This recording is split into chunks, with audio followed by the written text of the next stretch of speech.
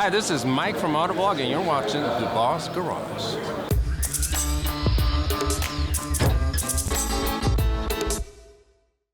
Previously on our LS build, we got our engine back from the dyno, we've got our exhaust figured out, we've got our air filter figured out, washer lines, the interior's back in it, the tack is figured out, transmission's back in again, the sensors are switched over from the Mercedes to the GM transmission. Anyway, we'll throw that drive shaft in, we will throw the shifter cable bracket on and throw some fluids in it. Tomorrow we're driving this friggin' thing off the hoist. Here we go. Alright. So we're obviously running out of room under the hood there, and where there's a big giant turbo now, there used to be a washer bottle, so we had to move that to the back. So we ran all the hoses for the windshield washers and at the front and at the back. To the front, we also ran the battery cable to the front. The battery is now in the back here. Where the battery was is now the computer and the air filter. And we ran a couple extra wires, and that's good because we have to plumb into the backup lights. We pretty much had to pull the entire interior out because we wanted to run it really nice and neat inside, and that's why the projects take so long, is because it's kind of boring, but while we're at it, it's like, okay, well, some of the vinyl's coming off of the pillars and whatever else. We cleaned everything. So pulled the whole interior out, ran everything, put the interior back, and now the battery and the washer bottle's at the back here. So a lot of work, but not much videos to do because it's time consuming, and it's really not that exciting, but we're getting a lot closer. So here we go. So this is the intake manifold off of our Audi, and I got a good deal on it because it's missing this plug. So I got my buddy at GVL Machining there to just machine up a stainless plug. This goes on the inside, which you can get at through the throttle body. Just drop it in until it kind of lands there, and then hold it there, which will be slightly tricky, but I'm sure I can do it, and then just an O-ring on the outside. Why am I telling you this? Because on our Mercedes, I need to do an update.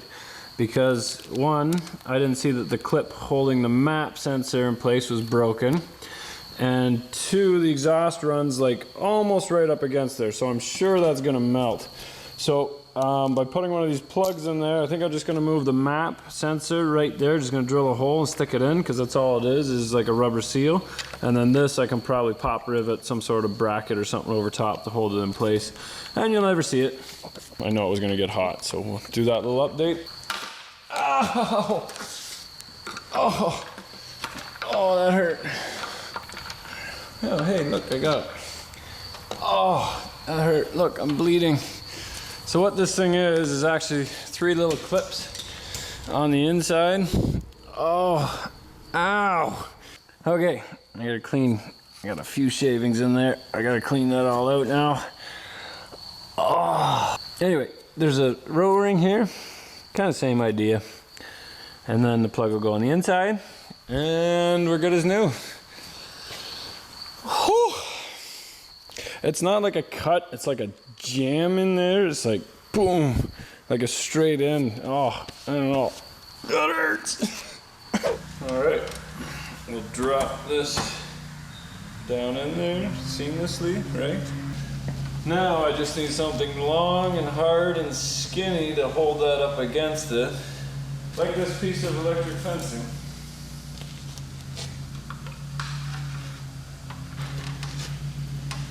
See that? Oh, it's so pretty, and it fits so perfectly. Drop this in there. And that fits so perfectly. I don't know whether to put an overseas on that or Loctite. So we'll just compromise and do nothing.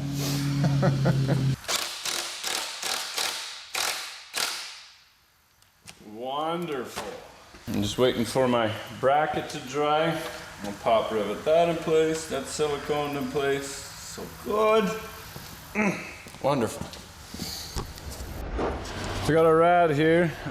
We actually turned it upside down and then machined 2 little plates, threaded them with a 1/2-inch hole, and then put a plate at the bottom. And then there's a rubber bushing that goes in between here, and then the bolt torques down and locks on that plate underneath. This used to be the up, now it's going to be the down, and the overflow will switch with the drain. So yeah, we'll throw that in, torque it down. We got our intercooler, or our rad cooler there. So we're getting closer.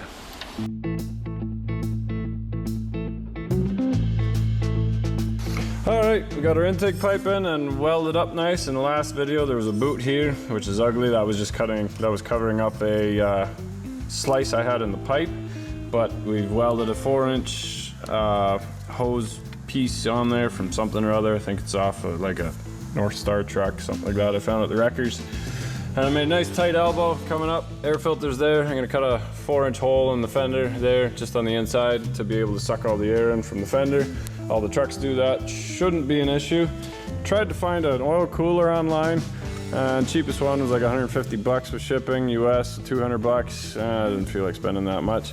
So thanks to Tuesday, this is a oil cooler out of a GM 6.5 liter, and this is actually the engine oil cooler. So we flushed it after we welded in fittings through the side, because the hoses actually went through the top there. We don't have room for that. We have one tiny little spot here where a cooler goes. One, I couldn't find the right size online, and two, you just make it. And look at that, custom perfectness.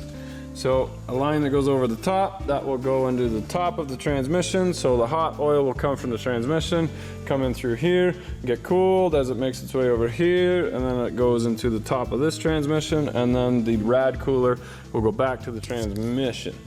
Now, things are getting way out of hand here. We really don't have much more room. So that's all full, that's all full. I gotta clean up my fancy little hose. I just wanted to rev it up again. So there's a little bit of room right here, but you want to be able to get at your power steering. And yes, I still have to mount the ABS, but I need an overflow tank. So I actually got one out of a Ford Focus, and it's actually a perfect fit right on top here. So couldn't be happier with that. Other than I wish this fitting here came out this way, and I wish I had a spot for low coolant for the Mercedes sensor. We can't have everything in life, so we work with what we got. So that hose will end up going underneath maybe, or in front, or somewhere hidden where you can't see it, and end up right here. Shifter cable, we got one of those from Tuesdays. I was gonna go get a custom one made, which would have been about 250 bucks, and then I kind of didn't like that price, so we got one off a Chevy Venture van, which was about 2 inches longer than it was supposed to be, which is fine because it loops at the back. Perfect. I got to make a mount for that yet, but unfortunately, the drive shaft is another sad story. It's all painted up now. It's a little bit tacky here yet, but it's pretty well done.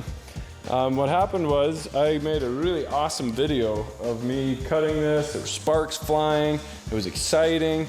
Then I grabbed the welder, and I practiced really hard, because the weld on this side is actually really nicely done, because I'm pretty sure that's done by a robot.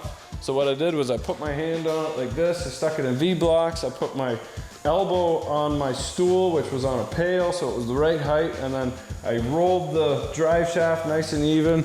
I got a pretty decent weld. It was incredible. I was so happy about it. But then friggin' Gary came by the shop, and I had to get him out of here because that guy is useless. So I said, you know what, take this camera card and give it to editor Aaron on your way home. And somehow between here and Aaron's house, the card caught fire in his car. It disappeared, it's gone, the footage is gone. So yeah, no sparks, no nothing. Maybe we can put a little clip of sparks flying. There's lots of sparks flying before. Anyway, that's the first for the Boss Garage, that we lost footage. That's never happened before. 2.5 years of making videos, and every time that I hit record on the camera is on Aaron's computer somewhere. I think he actually had to buy a bigger hard drive to hold it all. So, yeah, it is what it is. Anyway, we'll throw that drive shaft in.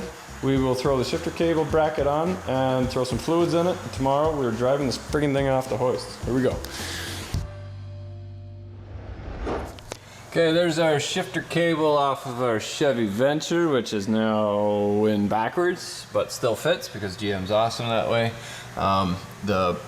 There's the grommet for the firewall, and there's the holder that would have held it to the column shifter, but instead the eye fits perfect on the shifter linkage on the transmission, and then this was the bracket that would have held it to the transmission. Instead, we'll mount that up in the tunnel somewhere with the linkage being attached to the shifter, which used to be a 3/8 bar. So instead I took the little knobby and then welded a bolt to the end, 3/8 bolt.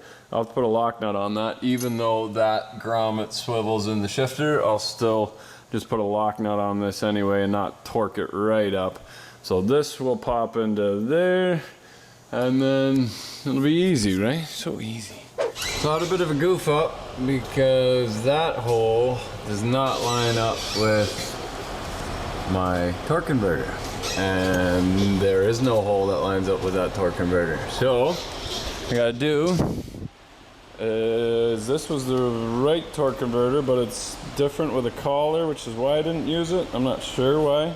Anyway, all I'm gonna do is cut this piece of the flywheel out, then I can lay this right on the flywheel and then just trace the hole and drill it through. So yeah, weird. This one has 6 holes, so this would have came off of, I think, a 6-liter maybe. Maybe this was my 6-liter? I don't know.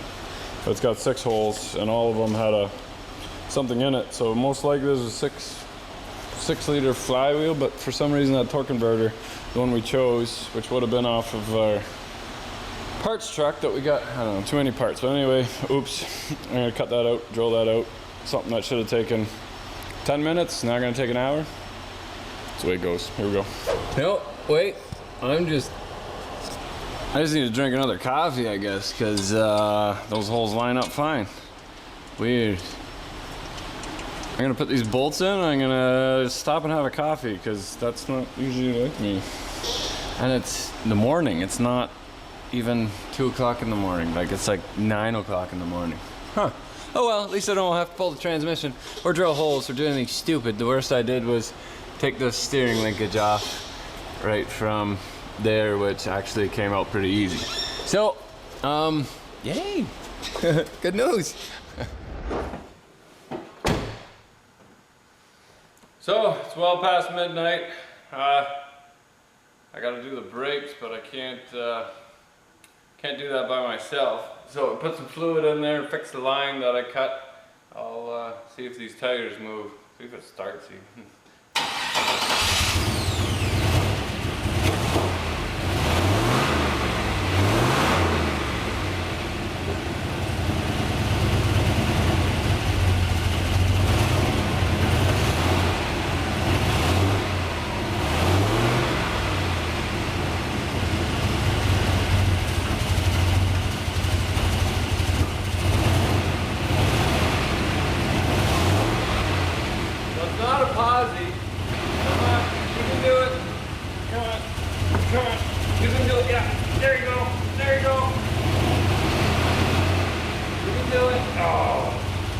I think the other tire's finished.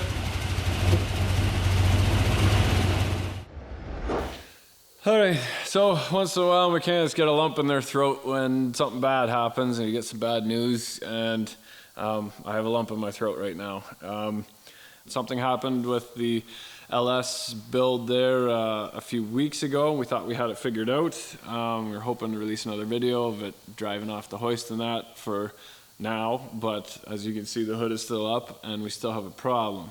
So we want to be transparent with our viewers, but we have an obligation and a responsibility to our customers and to our suppliers. So until we figure what happened and what's going on, we're not going to share what actually happened. We might share that later, and more than likely we will, but we're going to keep going on it. We'll get it figured out, and this car will be driving down the road. It was unfortunate that we missed Petrolicious, and we had some good ideas for that. The AMG guys built the Hammer, they called it. Spent a couple $100,000 on that car. We're nowhere near that, but we thought we'd have something just as cool. Unfortunately, in doing that and one-off builds, we run into some issues, and until we get that sorted out, yeah, it shouldn't take too long, but I say that about everything. In my head, things move a lot faster than in reality. But we'll keep you guys updated. We're still working on the LS. We'll figure it out, and we'll take you guys for a ride very soon. So thanks for being patient, and thanks to all the parties involved for their help and their understanding. And yeah, I'm not going to say here we go because we're not going anywhere. We're still standing here with the hood up. So here I'm going to stand for a bit longer. See you guys. Hey, thanks for watching. Don't forget to like and subscribe, because you never know what you're going to see next week on DeBoss Garage. If you like what you see, there's a lot of stuff happening to help support the channel. And remember, if you're not filthy, you're not rich.